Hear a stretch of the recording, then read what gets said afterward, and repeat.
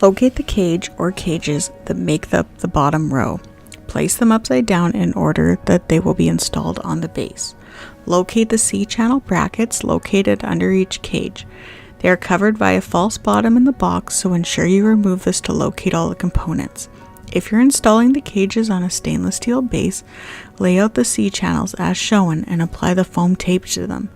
Peel the paper off the back of the tape at this time. Note, if you're not installing the cages on an SCCI base, then the brackets at the bottom of the cages should be configured the same as the second row cages. You can skip ahead. Depending on the width of the cages, there may be one or more front to back supports. This should match the notches in the back of the support piece.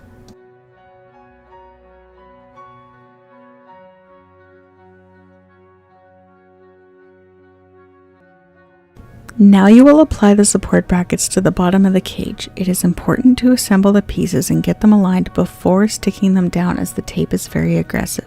If there are more than 2 bracket pieces, it may be advisable to get extra help here. If the cage doesn't touch the tape everywhere at first, do not be alarmed. After the cage is turned upright, gravity and animal occupants will ensure the full adhesion happens quickly.